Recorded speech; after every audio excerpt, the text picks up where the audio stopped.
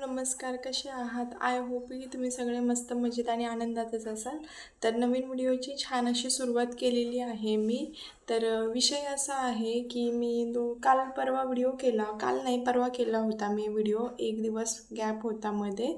तर आपण साक्षी परमवीर याचा व्हिडिओ केला होता, त्या हजबंड आणि वाईफचा आणि त्यांच्या बाळाबद्दल. तर खूप त्यांनी मला अशा छान अशा कमेंट केलेल्या आहेत त्या व्हिडिओला. आणि एवढा मी व्हिडिओ करूनसुद्धा 1400-1500 लोकांनी तो व्हिडिओ बघितला असेल, तरीसुद्धा काही लोक अजूनही त्यांना ट्रोल करत आहेत की तिने कलिंगडच खाल्ला म्हणून, असंच केलं तसंच केलं. आणि तुम्ही बघितलात लगेच साक्षीच्या नवऱ्याचा सुद्धा व्हिडिओ आलेला होता परवा. आणि तुम्ही बघितलं की त्याला किती त्रास होतोय त्याच्यामध्ये, किती तो रडतोय, त्याला किती आतून दुःख झालंय.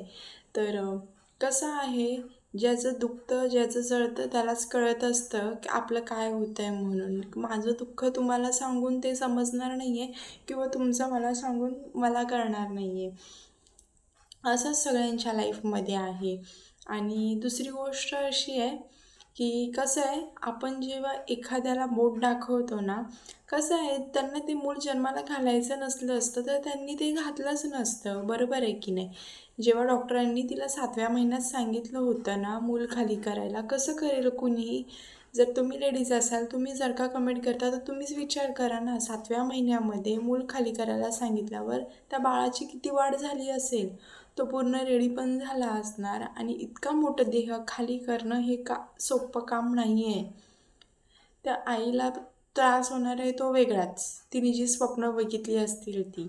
आणि एवढ्या दिवसानंतर जेव्हा डॉक्टर बोलतात की असं असं करा म्हणून, ते शक्य नाही आहे ना करणं, बरोबर आहे की नाही.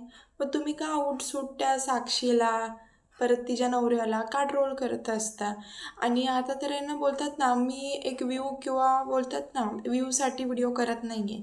कारण असे खूप आहेत, माझा काही त्यांचा ट्रोल करण्याचा कोणाचा चॅनल नाही आहे. मी एक हाऊसवाईफ आहे आणि जे माझ्या लाईफमध्ये घडतं आहे तेच मी दाखवते. दुसरे याच्या व्यतिरिक्त काहीही दाखवत नाही आहे, ठीक आहे. सो असंच आहे काहीतरी. तर तुम्ही जे दुसऱ्यांना बोलताय ते नका बोलू. कारण कसं आहे, देवाने जरी एका हाताने घेतलेला आहे ना, तरी तो आयुष्यात देताना, पुढे देताना 2-2 हाताने देणार आहे. कारण शेवटी त्याच्याच हातात आहे जन्माला घालणं आणि पुन्हा बोलवणं. मी काय आणि तुम्ही काय. आज ही वेळ त्यांच्यावर आली, देव ना करो ती तुमच्यावर किंवा माझ्यावर नको यायला, ठीक आहे. आपण दुसऱ्यांना हसायला मोकळे असतो, पण आपली वेळ ती लवकरच असते. हां, आणि अशात काही लेडीजला वाटत असेल आपल्याला आता कुठं मुलं होणार आहेत किंवा काही, त्यांच्या बहिणी असतील किंवा त्यांच्या मुली असतील त्यांच्या पोटाला भविष्यात, आहे ना, कुणाचा ना कुणाचा तिथूनच जायचं आहे. तो एकच वे आहे सगळ्यांना जायला, ठीक आहे.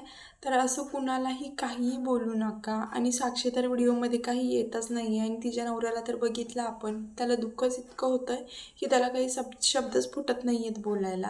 आणि त्याने सुद्धा व्हिडिओ व्ह्यूसाठी किंवा पैशासाठी केलेला नाही आहे. कारण त्याला तो त्रास होतो आहे ना, तर त्याने व्हिडिओच्या माध्यमातून सांगितलं आहे की बाबांनो, तुम्हाला माहीत नाही आहे ना, तर काहीही खोटे कमेंट करू नका आणि काहीही बोलू नका. आणि त्याला एवढंच म्हणायचं होतं, खोटं काही अफवा तुम्ही पसरवू नका. जे काही आहे ते सत्य आहे, ते त्यांनाच माहिती आहे, मलाही माहीत नाही आहे. मीही त्यांचा व्हिडिओ बघितला आहे, मला कळलं, मी ते तुमच्यासोबत शेअर करते. इतकाच फरक आहे. एवढंच म्हणेन मी की जे आपण दुसऱ्यांना बोलतो ना वाईट, की ती हेच खात होती, ती समोसेच खात होती, अरे खाऊ देत ना. ती खाते, ती खाल्ल्यामुळे त्या बाळाला त्रास होणार आहे, ते पैसे भरणार आहेत, त्यांना त्रास होणार आहे. मला आणि तुम्हाला होणार आहे का? नाही ना. ती एक आई आहे, तिने 9 महिने बाळ पोटात ठेवलं, तिने इंजेक्शन, गोळ्या, औषधं, तिने तो त्रास सहन केला आणि पुढे सुद्धा त्यांनाच फेस करायचं आहे. मग याचं टेन्शन आपण काय घ्यायचं, मला सांगा तुम्ही. त्याचं टेन्शन आपण काय घ्यायचं. ती आई, तो बाबा आहे, त्यांना कळतं, आपल्यापेक्षा खूप बेटर कळतं, मला असं वाटतं. मग आपण का टेन्शन घ्यायचं. ती लोक आई बाबा आहेत, आपल्यापेक्षा बेटर ती लोक काळजी घेऊ शकतात ना त्यांच्या मुलांची. शिवाय तिची सासूसुद्धा होती साक्षीची, तिची आत्याच आहे ती सख्खी. त्यांनासुद्धा माहीत होतं, कारण त्यांनीही मुलांना आज जन्म दिलेला आहे. त्यांना माहीत असतं, माहिती आहे कसं ठेवायचं लहान बाळाला, कसं नाही, काय केलं पाहिजे, काय नाही. त्याही तिला सांगत असतील, ओरडत असतील. हे बंद कॅमेराच्या मागे. कॅमेरामध्ये आपल्याला आपण जे ऐकतो, आपण जे बघतो, आपल्याला वाटतं नाही हीच त्यांची खरी दुनिया आहे म्हणून.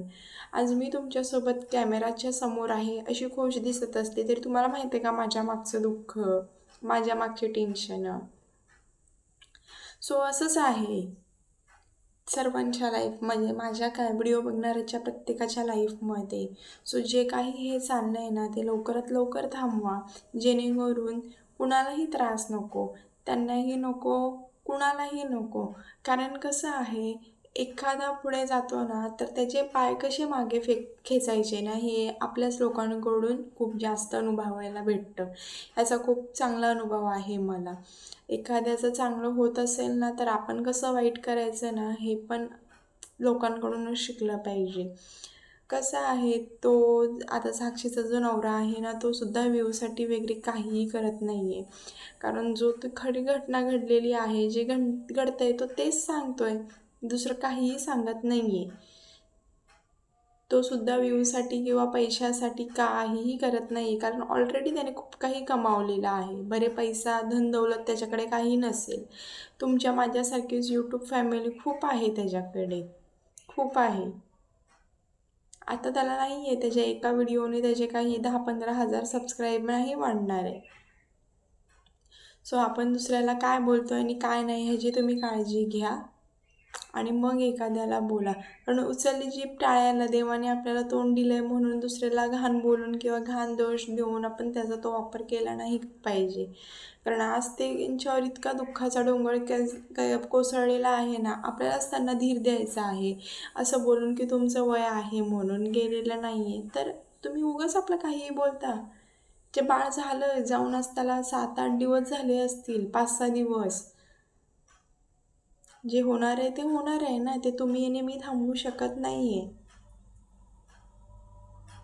असो, तर हा व्हिडिओ मी इथे स्टॉप करते. भेटूया आपण अशाच एका नवीन व्हिडिओमध्ये. तर जे कोणी नवीन असतील त्यांनी चॅनलला सबस्क्राईब करा.